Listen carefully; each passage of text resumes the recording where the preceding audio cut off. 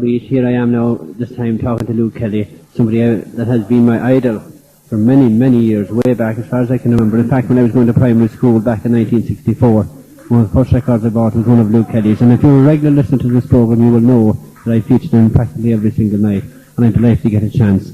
So Luke, could I start off by asking you how you feel after that bit of a concert today? Well, it's a question of adapting yourself when you're so used to playing indoors. You know, the vast majority of shows you do are in pubs or in concert halls.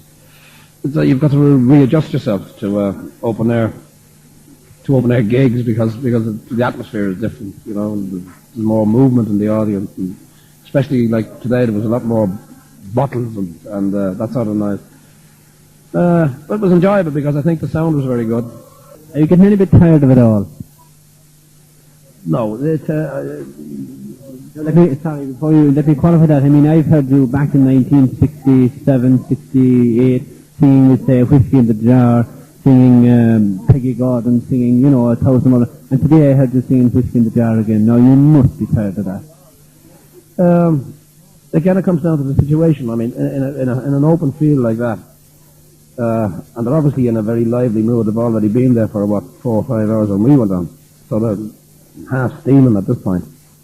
And they do want, people do want the familiar things. People demand them. I mean, you weren't close enough to get to see the notes that were being put on the stage and hearing the requests being shouted up to us, directly up to us on the stage.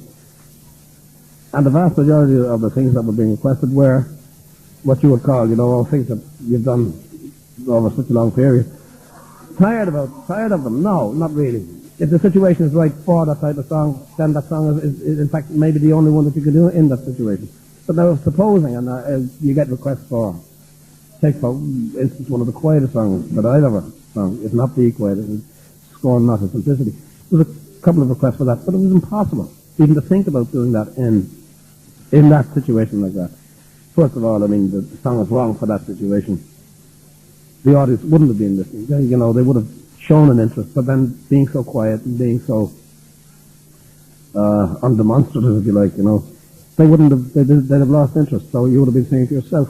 If I can ask you about another song which I think is very beautiful as well, that's Raglan Road. Oh yes, one of my favourites. There's a small story behind that. I was sitting in a pub in Dublin, in the Bailey. Was it the Bailey? It was the Bailey. Where, as you know, in the old Bailey, it's changed a bit now. It was known as a literary pub, an artistic pub. But I happened to be sitting there in the same company as Patrick Kavanagh and one or two other poets. And somebody asked him to recite one of his poems, which he did. And I was asked to sing a song, which I did, in the presence of the great man. Of course, I was very nervous, and then he leaned over to me, and in that sepulchral voice of his, he could hardly get his voice out. He was very old, just a year before he died. He said, "You should sing my song." I said, "What's that, Mr. Kavanagh?" He said, "On Raglan Road." So he gave me permission. I got the permission from the man himself. I had the book, of course, at home, and it says to be sung to the tune of Dawning of the Day, so there was no problem there. And that's how I came on Raglan Road. We're on there now again to something which is, I suppose, interesting as well to folk followers, and that is the contrast between the type of stuff that we listened to in the 60s and the type of stuff we're listening to now. There is a big contrast between what they call the ballad boom. I was talking to John and Ronnie about this earlier on, and the softer, fancy style now. Would I like a few comments from you on that? Well, it's a difference of approach, I suppose. The excitability of it all in those days was simply the idea of getting up and playing a guitar and singing your head off and people listening to you.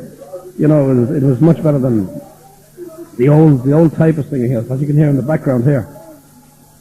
But suddenly you were able to sit around in a quiet little pub and swap songs. There was more of that element in it. And the richness of the tradition, you know, you became aware of that. So that rather than wait for songs to be written for you or just listening to pop songs on the radio, you were actually delving and digging back, you know, old books and old records and so on, and listening to old men. You know, going to Kerry, going to Galway, going to Donegal, and listening. You hear about an old woman, or like Tommy Makin's mother, for instance, Sarah. I mean, she was a storehouse of songs. Then in Connemara you had Joe Heaney, Sons of Bohemia, you know, with literally hundreds of songs, Gaelic and English. So, I mean, it was so rich that it was never ending, really. Now, let's go back a few years again. How did you get into the ballad scene at all? I mean, you're essentially a Dubliner yourself. You weren't reared to the tradition itself. Nothing at all. What happened that got you into it? Not even a musical family in the sense of instruments. There's none of that. But my father loved to sing. He'd get a few jars and come home on Saturday night, and you couldn't stop him singing. And he was a nice singer. He sang a la Crosby or a la Al Jolson, people like that. So we were surrounded by it in that sense. And, you know, my cousins are very good singers a la Al Jolson and so on. And I've always loved it. I mean, always loved it. I couldn't get into the school choir, by the way. Believe it or not. I bet you they're sorry ever since. No, I don't think so, because I sang as a 12-year-old like I sing now. So you can imagine what that sounded among a group of boy sopranos. And Ronnie was a soprano, wasn't he, incidentally? Ronnie was a boy soprano, yeah. Yeah, he was almost a jockey as well. But I think he outgrew that. But it's not unusual for a boy soprano's voice to break down to the extent that it comes out sounding like Ronnie sounds now. Musically, no. My interest in it. I was first of all interested in jazz, traditional jazz. When I left Ireland, left Dublin when I was 17, and got interested in traditional jazz. Was in Newcastle on Tyne.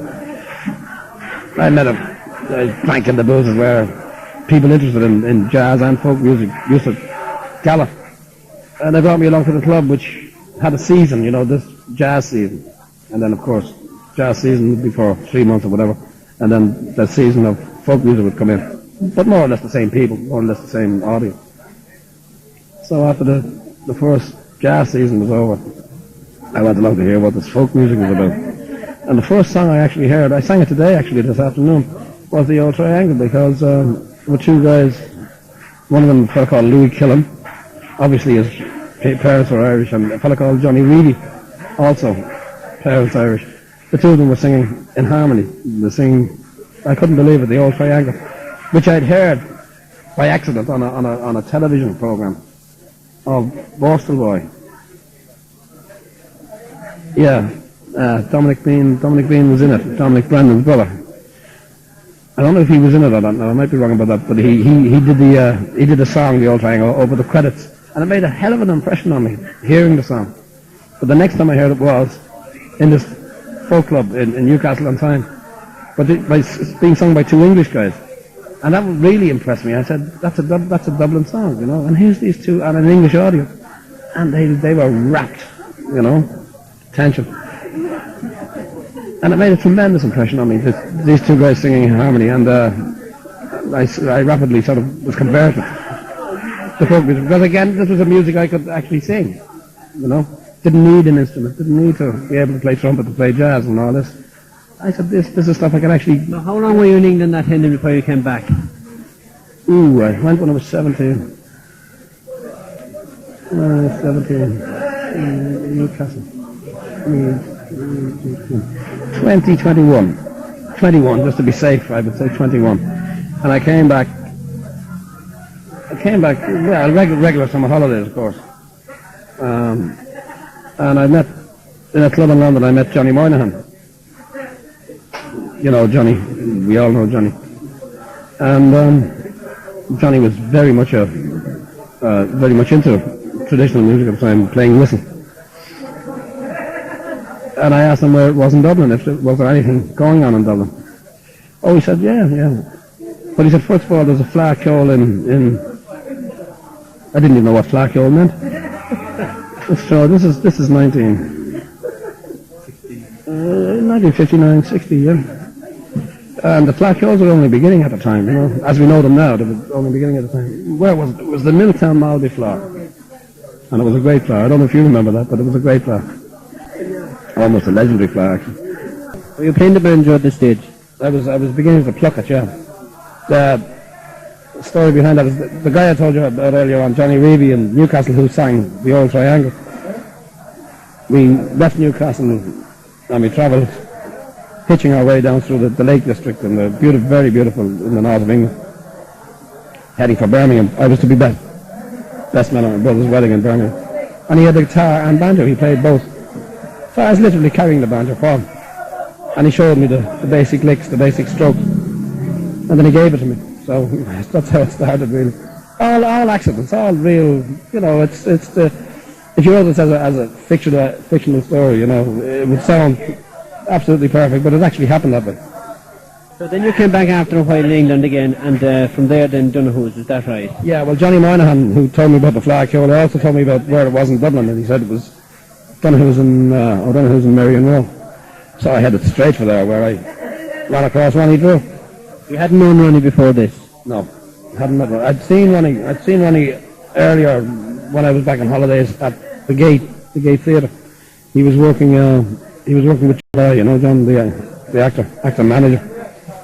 And John used to do these one-man shows with Ronnie as a sort of feed man in sketches, and Ronnie would do the odd song on stage. What was the first song I heard Ronnie sing? I think it was on Van Diemen's Land or something like that. And I was sitting there saying, he's getting away with murder. I can do it better than he can.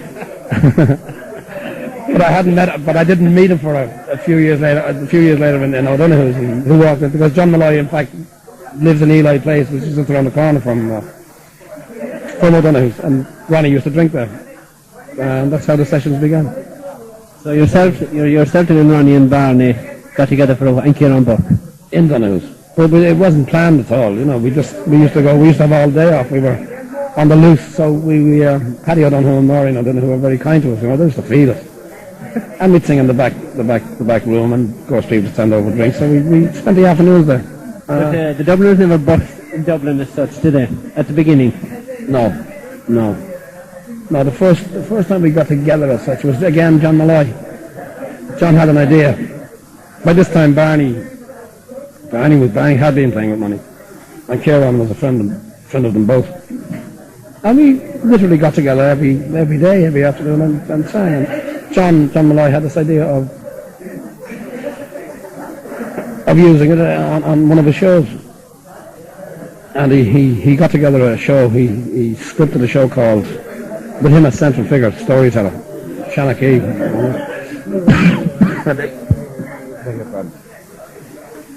A show called The Ballad Tour of Ireland, that's what he called it.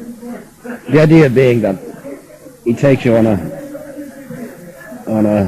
tour of Ireland, telling stories, say a Wicklow story or a Wexford story, and so on, right around the different. Like Neil Tobin and the accents, I suppose. Yeah. Oh well, John is a master of accent, and we would dig out a song to suit the occasion, to suit whatever county he was telling a story of, and so on. But again, it wasn't as a group. We were more or less still working as individuals. But then a guy called Nat Joseph, who was running Transatlantic Records, he was becoming big in the folk field in England. He heard about it, so he came over and he offered us a record deal. So you made your first record then, and after the first record you left, isn't that right? Yeah, well, first of all, in the old Pike Theatre where Alan Simpson, buried him last week, God rest his soul, had got the notoriety of putting on the Tennessee Williams Streetcar. It wasn't Streetcar Named Desire, no. What was it? Was it Streetcar Named Desire? But anyway, that was Alan's Theatre, the Pike Theatre. We used that as a rehearsal place, and we had to get a name because we didn't have a name at the time. So, you know, we go through all the different sorts of names that you come up with, the hairy hoops or the whatever. So the popular story, the popular fiction, and I think it is a fiction, is that Luke Kelly, the literary one I was called, was reading a book in the corner. It happened to be James Joyce's Dubliners. And so I took my nose out of the book for a second and said, listen, we're all from Dublin. We call ourselves the Dubliners. Well, I actually did say we call ourselves the Dubliners, but it wasn't because I was reading James Joyce at the time. It was just we're all from Dublin, why not the Dubliners? Which I think is a lucky name. I think it's a very good name. You know, it's It's never really out of the limelight, and it's very seldom got anything to do with us. But you take up the paper any day of the week and you say Dublin are on rape charge, Dublin have died in car crash, you know. I often thought it was Luke Kelly providing Claire right on. Well, you see, that's what I'm saying. You see, people say, well, which of them, you know. You know, Dublin are on bankruptcy charge. Oh, that's one of them. I doubt if that'll ever happen anyway, but now, Luke, a few more little things before you do go, and I know I'm holding on fairly longer than I even thought I would, you know. I had a few more little things that I want to ask you. For example, where do you think, or do you think that the Dubliners are as good today as they were in the late 60s, early 70s? It's a difficult question because I can honestly say this. We never thought of ourselves as being, you know, in that sense, of being good, or there was nothing to compare with, really. You know, we never did compare ourselves with the Clancets because they were entirely different element, really. They sang and sort of geared themselves for an American market because they were in America. They began singing in America, and so they geared themselves to whatever market that they created over there. So in that sense, we were unique for Dublin, or unique for Ireland. So there was nothing to compare with, really. You could compare yourself with the Spinners in Liverpool, but we were much better than that. And they're good friends of ours, by the way. But there was nothing really to compare with. And we never thought of it in that sense. We did know that we had a unique talent in Ronnie Drew's voice, a unique talent in Barney McKenna, the banjo player, because he's the best banjo player maybe in the world, you know. But that's a bit of luck. He was the best banjo player before we knew him. You know, so. I think John Sheen is somebody who doesn't get near enough recognition. This is something I always feel very strongly about. Yeah, well, John came in when I left for those couple of years. They had to fill in. There was only three then: Kieran, Barney, and Ronnie, and they needed another singer because Ronnie would have been left without a singer. So John Sheen and Bobby Lynch used to come out regularly to see us in the Royal Hotel and House and sit in the audience. And now and again, when they were asked, they would get up and do a couple of tunes. So Ronnie or Kieran or whoever had the idea of joining, you know, getting to join. But it took a while. Bobby wouldn't take it full time. Bobby wouldn't go fully professional. And it was a hard job persuading John to leave us. He had a very good job. He's a technician in the ASB. With all its insurance and pensions and all that, you know. And John is a quiet one. John is, you might even say conservative, you know. He's not hurt by being called names like that, but he is a conservative individual. So he had a struggle with himself to leave the job and take it full time. And I came back when Bobby wouldn't go. I came back. If you were asked, well, it isn't if you weren't asked, I'm going to ask you, to be remembered for a song, what song would it be?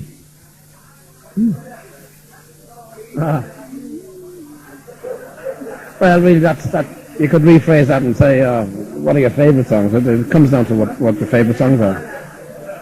Well, we were in Bunclody 3 nights ago. This is Saturday, let me see, Wednesday. And on one of the very early tours with John Malloy, that show I was telling you about, we took it around the country, and we landed in Enniscorthy. And again in the afternoon with, you know, nothing to do except, you know, wait around for the show to start. So and we in this boozer on the bridge in Enniscorthy. And we played for our own enjoyment. And there was one man, just one other customer in the bar, very properly dressed individual, and he stood there listening to us, and he said, "Very nice, gentlemen, I enjoy the music. Do you mind if I sing a song myself?" We said, "By all means, fire away," expecting it to be a la John McCormick, you know, the usual Irish tenor type. But he did. He had a lovely, beautiful, light tenor voice, all right. But he sang the song I'd never heard, none of us had ever heard before. He sang Bunclody, the streams of Bunclody. And we were mesmerised by this. Now, this was a great example of, you know, collecting without having gone down consciously to collect, Kieran McMahon style, to collect music. This guy just got up and sang the song. And we were totally enchanted by it. And we asked him, of course, where he got it. And he said the Book of Irish Street Ballads, which that we all had anyway. And it was because the tune is so gorgeous, the streets have been floating. I don't know if I have that on record, I'm not sure. But he said it was in Conor McLaughlin's book. So immediately I got back to Dublin and I learned. That's a favourite song. I sang it in Bunclody the other night. And they remembered the man. He wasn't there himself, he's in Australia, visiting his son or something down there. Luke Kelly, I'm talking to him here. He's now in a hurry to go. He has given us, I suppose, 15, 20 minutes. I'm delighted to have met you. Thank you ever so much, and the best of luck to you in the future. And all. Lovely talking to you.